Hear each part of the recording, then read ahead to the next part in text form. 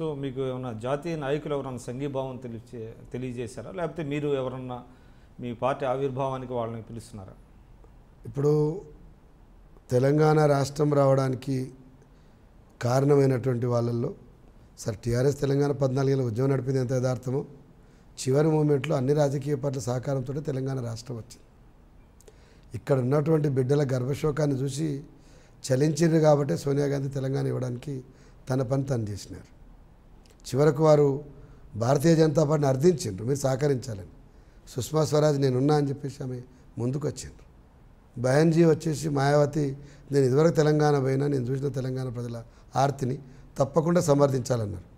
స్పీకర్గా నా జీవితకాలంలో ఒక గొప్ప అదృష్టం తెలంగాణ బిల్లు నా టేబుల్ మీదకి రావడం అని మీరా కుమార్ అన్నారు. సో ఇంత గొప్ప పర్సనాలిటీస్ మొత్తం జాతీయ స్థాయిలో ఉన్నారు. అదే సమయంలో వివిధ సందర్భాల్లో అజిత్ సింగ్ గారు కానీ, పిఏ సంగ్మా కానీ, త్రిపాఠి కానీ, డి రాజా కానీ, రామ్విలాస్ పాస్వాన్ కానీ వీళ్ళందరూ కూడా మనకు సహకరించి వారందరినీ ఢిల్లీలో కలిసినాం మేము. ఇప్పుడు ఈ క్షణానికి ఇది ఆవిర్భావం అయిన తర్వాత, ఎందుకంటే ఇప్పుడు రాజకీయంగా చాలా ఫ్లూయిడిక్ స్టేట్ ఉన్నది మొత్తం నేషనల్ కానీ ఇక్కడ కానీ. ఎందుకంటే వాళ్ళు వాళ్ళ పార్టీల దాంట్లో ఉన్నారు. సోషల్ ఫోర్సెస్ అన్నీ ఒక దగ్గరికి ఏడి చేరుతాయి అనే దాని మీద ఒక క్లారిటీ రాలే.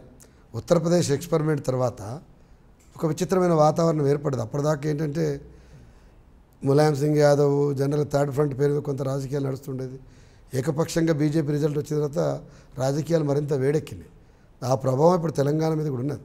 ఇవాళ మీరు పోయి Amit Shah become a media event, స్వయాన రాష్ట్ర ముఖ్యమంత్రి వచ్చి ఇవాళ అమిత్ షాకి ఎందుకు కౌంటర్ ఇస్తున్నారు అంటే గ్రౌండ్ నుంచి వస్తున్న రిపర్కషన్ని ఖచ్చితంగా గేజ్ చేశారు కాబట్టి కేసీఆర్ ఇవాళ తనే స్వయాన రంగంలో దిగవలసి వచ్చింది. సో ఏం జరుగుతుంది అన్న దాన్ని బట్టి ముందు పార్టీ రేపు మనము ఒకసారి ఫ్లోట్ చేసిన తర్వాత ఆవిర్భావం అయిన తర్వాత పరిణామాలు దృష్టిలో పెట్టుకొని తప్పకుండా జాతీయ స్రవంతిని దృష్టిలో పెట్టుకొని రాజకీయాలు చేస్తాం. ఏ నాయకులతోటి మనం కలిస్తే బాగుంటుంది అనేటువంటి దాన్ని కూడా లెక్కలు వేసుకుంటాం.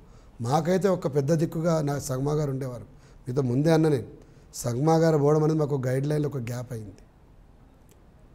అంటే ఆ స్థాయిలో ఉన్నటువంటి నాయకులుగా దురదృష్టవశాత్తు చిన్న చిన్న ఫ్రంట్లన్నిటి కోఆర్డినేట్ చేసే స్థాయిలో ఇవాళ ఢిల్లీలో కూడా ఎవరు లేరు. ఎందుకంటే కొత్త రాజకీయ పరిణామం ఏమిటంటే జాతీయ పార్టీలుగా చెప్పుకునేటువంటివి మళ్ళీ గత వైభవానికి వస్తున్నాయి. ఆ మధ్యకాలంలో ప్రాంతీయ పార్టీలు ఆహ్వానించి మళ్ళీ కొన్ని చేంజెస్ వస్తున్నాయి. రెండు శిబిరాలుగానే విడిపోయే పరిస్థితి. ఎగ్జాక్ట్లీ.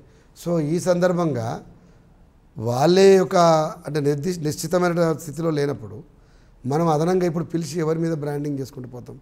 అందుకోసం our branding will be people of Telangana, ఉద్యమం చేసినటువంటి ప్రజలు, ఉద్యమం చేసినటువంటి జేఏసీలు, ఉద్యమం చేసినటువంటి సబ్బండ వర్ణాలు మాకు బ్రాండ్ ఇమేజ్. ఆ పని దాని ప్రకారం వదలుచుకున్నాం.